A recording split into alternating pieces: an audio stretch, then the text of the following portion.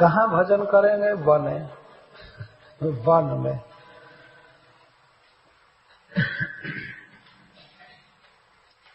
आज के युग में यह प्रश्न होता रहता है कि भागवत में सब जगह लिखा गया है वन में, वन में। प्रहलाद महाराज हिरण्यकश्यप से कहते हैं कि मैं तो इसी को अच्छा मानता हूं कि ये घर गृहस्थी छोड़कर वन में जाकर कृष्ण का आश्रय लिया जाए, भगवान का भजन किया जाए वन में जाकर। तो आज के युग में अगर यह अर्थ कहिए कि वृंदावन में, चाहे कहीं नैमिषारण्य में या दंडकारण्य में, चित्रकूट में जाकर भजन करना चाहिए, तो ये तो बहुत निराश करने वाली बात हो गई कि हम तो कभी जा नहीं पाएंगे और तब तो हमसे भजन नहीं होगा। इसीलिए आचार्यों ने टीका में लिखा है वन शब्द का अर्थ। वन शब्द का अर्थ करते हैं निरुपद्रव और उपयोगी स्थल, जहां हमको सब तरह से हेल्प मिल सके। हम आज के युग में इसको ऐसे समझ सकते हैं, मान लीजिए कोई व्यक्ति कोई कारखाना बैठाना चाहता है, उद्योग स्थापित करना चाहता है, तो वह व्यक्ति जरूर पहले लैंड देखेगा, उसको जमीन चाहिए। जमीन ऐसे जगह पर जहां पानी प्रचुर मात्रा में मिल रहा हो, नदी का तट हो या भूमि में भी पानी होना चाहिए। उसको कच्चा माल मिले, जहां तहां से रॉ मटेरियल जहां से मिल सके, सस्ते लेबर मिल सके, सस्ते काम करने वाले। फिर उसको देखेगा कि यहाँ से मेरी सप्लाई अच्छी हो सकती है, यहाँ से कम्युनिकेशन अच्छा हो सकता है, ये हो सकता है, कई बात देखता है, तब वो कारखाना बैठाता है। तो इसी तरह से जो व्यक्ति भगवान को समझना चाहता है, प्रेम करना चाहता है, उनको पाना चाहता है, तो वह सबसे पहले तो प्लॉट देखेगा। सबसे पहले स्थान, देश ही पहला चुनाव है वास्तव में। कहाँ हम रहें, कहाँ जाएं, क्या करें। तो देश से अपने लिए अलग अलग चुनना कि इस स्थान में मैं रहूं, इस स्थान में रहूं, इस स्थान में मैं रहूं, यह भी बहुत कठिन लग रहा है। इसीलिए कलयुग में बहुत सुंदर शिक्षा दी जाती है कि भगवान का भजन मंदिर में करना चाहिए, और अपने घर पर भी हो तो घर पर भी भगवान का श्री विग्रह रखे, एक रूम रखे, वो रूम ही एक भजन का देश माना जाए, वो स्थान, वहां बैठ करके भजन करे, वहां भगवान की पूजा करे। और सबसे सुंदर देश माना जाता है साधुओं की संगति, जहां पर भक्तों का संग प्राप्त हो, वही सबसे सुंदर देश, स्थान। और काल, सुंदर काल, तो आप लोगों के लिए तो सबसे ऑस्पिशियस काल है संडे। वैसे भी भगवान सूर्य का दिन है,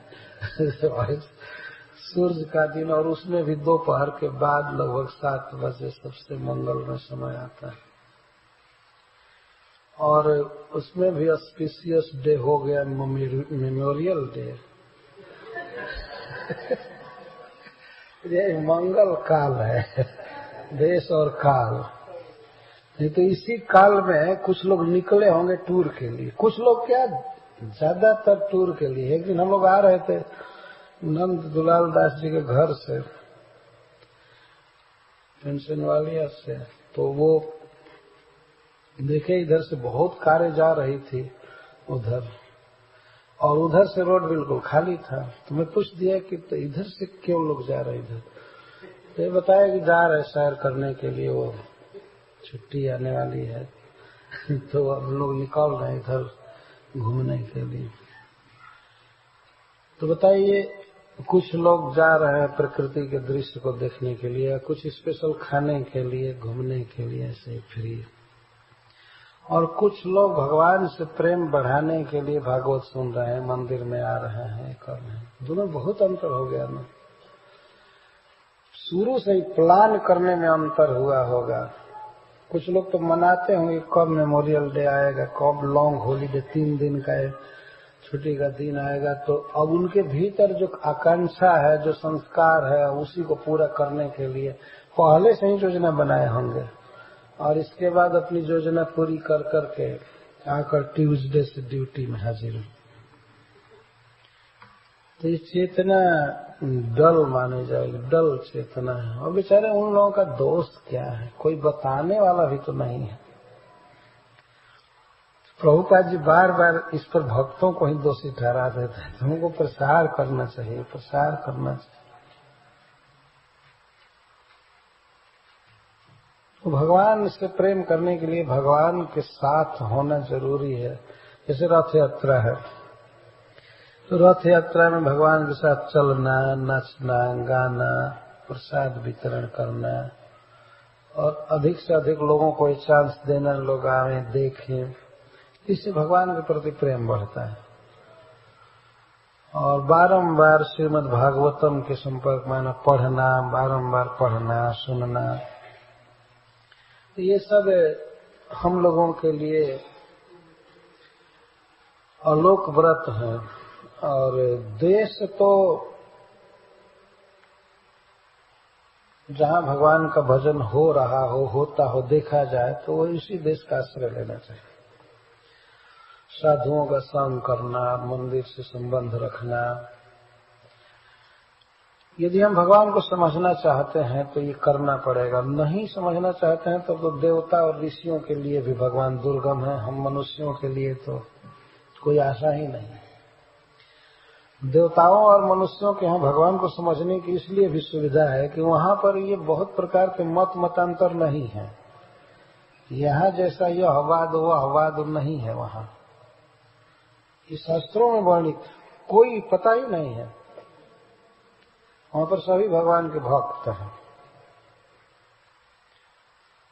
तो जो वहां भी कठिनाई पड़ती है तो फिर इस पृथ्वी पर क्या कोई भगवान को समझेगा। हाँ, समझेंगे वे लोग जो उचित प्रोसेस का पालन कर रहे हैं, भक्तों की संगति में आ रहे हैं, महामंत्र का जप कर रहे हैं। हरे कृष्णा कृष्णा कृष्णा हरे हरे, हरे राम